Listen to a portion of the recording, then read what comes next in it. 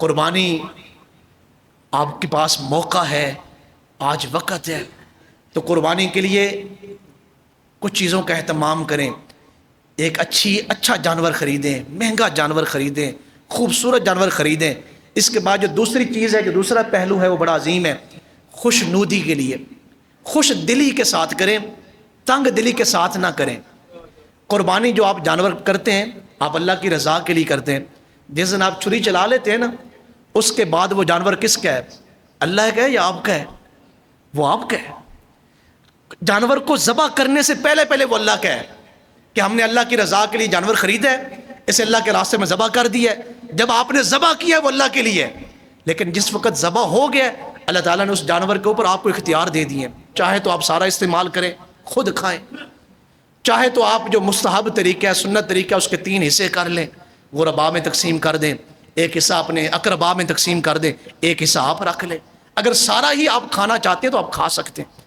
آپ اس کے حدیث مبارکہ میں ہے، قربانی کے جو ایام ہیں نا، ان دنوں میں قربانی کرنے والے لوگ اللہ کے مہمان ہوتے ہیں۔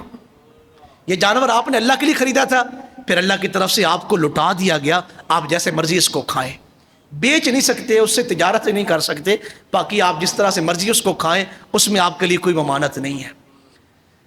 خوش نودی کے ساتھ اللہ کی رضا کے لیے، خوش دلی کے ساتھ اللہ کی رضا کے لیے قربانی کو کریں۔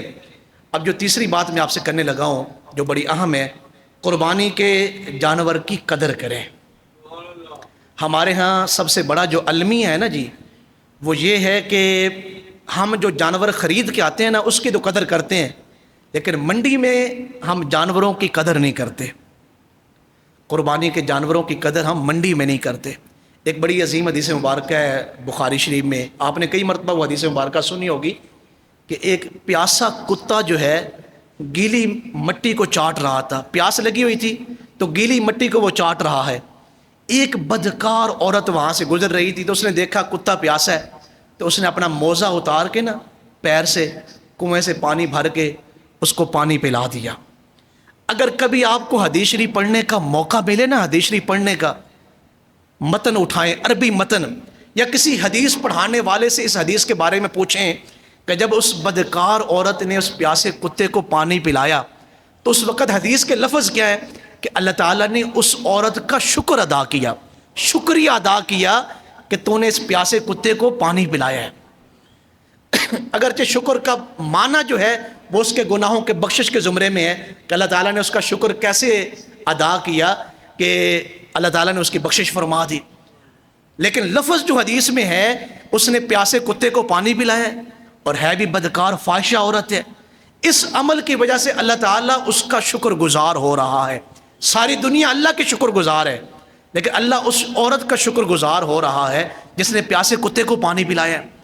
جس نے پیاسے کتے کو پانی پلایا، اللہ تعالیٰ اس کا تو شکریہ ادا کر رہا ہے، اور جس نے قربانی کے جانور کی خدمت کی تو اللہ تعالیٰ اسے کتنا اجر عطا فرماتا ہوگا۔ کبھی جانور ہمارے لیے رکھے گئے کہ آپ ان جانوروں کی قربانی کر سکتے ہیں، آپ کبھی غور تو کریں ان قربانی کے جانوروں کی اعداد کتنی اعلیٰ ہیں۔ اگر اللہ تعالیٰ چاہتا تو وحشی جانوروں کا حکم دیتا کہ آپ وحشی جانوروں کو میرے راستے میں ذبح کریں، تو کتنا مشکل ہوتا ان جانوروں کو ذبح کرنا۔ کون سے جانور ذبح کرنے کا حکم دیا ہے؟ جو مزاج کے لحاظ سے فرما بردار ہے، جو فرما بردار ہے۔ بکری عاجزی والا مزاج رکھتی ہے، گائے ہے، اونٹ ہے، یا اپنے رب کے کس قدر فرما بردار ہیں۔ علماء نے لکھا ہے کہ جب آپ جس جانور کے اوپر چھری پھیر رہے ہیں نا، اس وقت جو جانور کی کیفیت ہے آپ کی وہی کیفیت ہونی چاہیے۔ جیسے جانور اللہ اپنے مالک کا فرما بردار رہتا ہے، اے بندے تو اپنے مالک کا فرما بردار کیوں نہیں ہو سکتا؟ اور یہاں ایک اور بات بھی میں کہنا چاہتا ہوں، یہ جو قربانی کے جانور ہیں ان کے مزاج میں عاجزی ہوتی ہے۔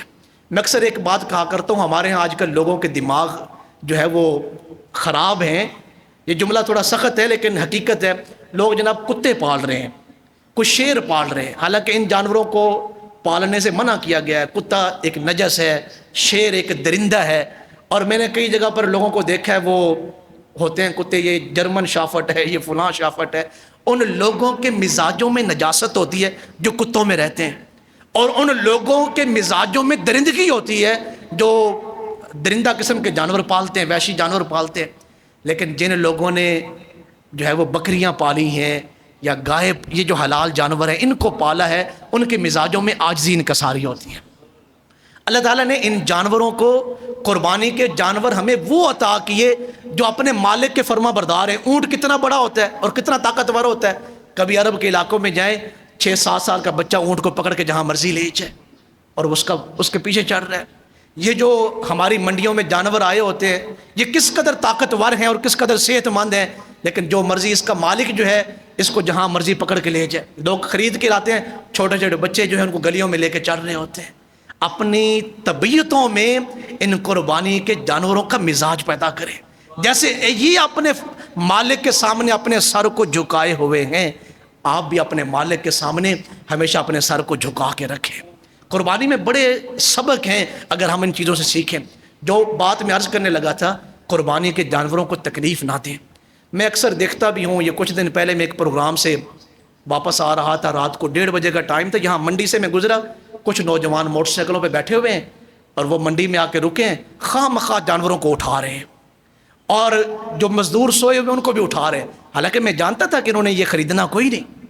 یا منڈیوں میں کبھی کبھی ہم بھی جاتے ہیں، ایک آدمی نے جانور خریدنا ہے، اس کے ساتھ 10 دوست ہیں، 15-20 موٹر سائیکلیں ہیں، کزن ہیں، دوست بیٹھے ہوئے ہیں، آ کے خواہ مخواہ جانوروں کو اٹھائیں گے، پھر ان کے منہ میں ہاتھ ڈالیں گے اور ان کے دانت چیک کریں گے۔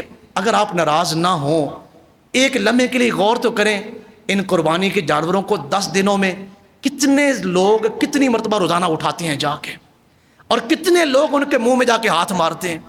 اگر روزانہ ہمارے منہ میں 10 مرتبہ کوئی بندہ ہاتھ مارے، ہم برداشت کریں گے؟ آپ نے قربانی کے جانوروں کو کیا سمجھ رکھا ہے؟ چلیں، جس نے جانور خریدنا ہے ایک شخص نے، وہ اٹھا کے چیک کر لے، یا وہ اس کے دانتوں کو چیک کر لے۔ جنہوں نے خریدنا نہیں وہ کیوں چیک کر رہے ہیں؟ آپ قربانی کے جانوروں کو تکلیف نہ دیں، آپ اللہ کو ناراض کر دیں گے۔ جو قربانی کے جانوروں کی خدمت کرتا ہے، اللہ تعالیٰ کے یہاں اس کا بڑا اجر ہے، اللہ اس کو بہت زیادہ عطا فرماتا ہے اور اللہ اس سے خوش ہوتا ہے۔ تو یہ بات آپ نے ذہن میں رکھنی ہے کہ خاص طور پہ میں اپنے نوجوانوں سے کہوں گا، جس نوجوان نے جانور خریدنا ہے وہ اس کا منہ چیک کر لے۔ اکثر ہمارے ہاں ہوتا یہ ہے، جس نے جانور خریدنا ہوتا ہے وہ بیچارہ نہیں چیک کرتا، اس کو اٹھاتا بھی نہیں ہے اور اس کے دانتوں کو بھی اتنا زیادہ بار بار چیک نہیں کرتا، اس کی فکر ہوتی ہے کہ قربانی کا جانور ہے۔ جنہوں نے نہیں نا خریدنا ہوتا، اس طرح کی حرکتیں وہ کر رہے ہوتے ہیں، خواہ مخواہ اس کا ریٹ پوچھ رہے ہیں، خواہ مخواہ رات کو لوگوں کو اٹھا رہے ہیں، خواہ مخواہ جانوروں کو اٹھا لے کے سوئے ہوتے ہیں وہ رات کو، ان کو اٹھا رہے ہیں، پھر ان کے نرم منہ کے اندر ہاتھ ڈال رہے ہیں۔ یہ طریقہ جو ہے یہ ٹھیک نہیں ہے، اس سے آپ جانوروں کو تکلیف دیتے ہیں، اس سے پرہیز کریں۔ اور آخری بات اس حوالے سے کر کے پھر میں گفتگو کو سمیٹ رہا ہوں۔ اگلا جمعہ چونکہ میں نے اسی موضوع پر پڑھانا ہے انشاءاللہ، مسائل کے اوپر، قربانی کے مسائل کیا ہیں۔ آخری بات جو ہے، ابھی سے ایک ذہن بنائیں کہ ہم نے جو قربانیاں کرنی ہیں، جو جانور، اس میں جو غرباء کا ہم نے حصہ نکالنا ہے وہ ان کے گھروں تک پہنچانا ہے۔ کوئی بندہ ہمارے گھر میں شاپر یا توڑا وغیرہ لے کے نہ آئے، بلکہ ہم خود ان کے گھروں تک اس کا گوشت چھوڑ کے آئیں گے۔ ایک لمحے کے لیے ذرا غور کریں، آپ نے تجربے میں یہ چیز دیکھی ہوگی، مشاہدے میں دیکھی ہوگی، جس دن ہم اپنا جانور ذبح کرتے ہیں، ہمارے پاس جو لوگ قربانی کا گوشت لینے کے لیے آتے ہیں وہ یا تو چھوٹے بچے ہوتے ہیں یا پھر بڑی عمر کے لوگ ہوتے ہیں۔ نوجوان شرم کی وجہ سے نہیں آتے، اور نوجوان جو بیٹی ہیں وہ بھی نہیں آ سکتی۔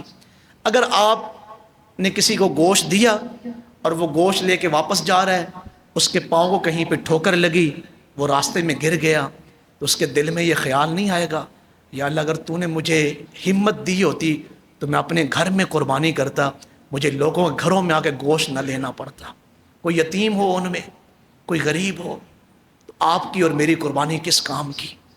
کوشش کریں۔ اور ان بھائیوں سے میں کہوں گا کہ آپ بھی کسی کے گھر میں جو غرباء ہیں، کسی کے گھر میں گوشت لینے کے لیے نہ جائیں۔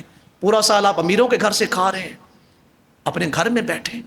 اور آپ کے علم میں ہوگا، میرے بذات خود یہ چیز علم میں ہے، جو غرباء قربانی نہیں نہ کرتے، وہ اپنے بچوں کو عید کی نماز کے بعد تسلی دے رہے ہوتے ہیں، ابھی قربانیاں ہو رہی ہیں، کوئی نہ کوئی گوشت گھر میں دے جائے گا، آپ صبر کریں۔ کوشش کریں اپنے گھر میں گوشت بنانے سے پہلے ان کے گھروں میں گوشت چھوڑ کے آئیں، اپنے ہاتھوں سے پہنچا کے آئیں، پھر دیکھیں آپ کے دل کو تسکین کتنی ہوتی ہے۔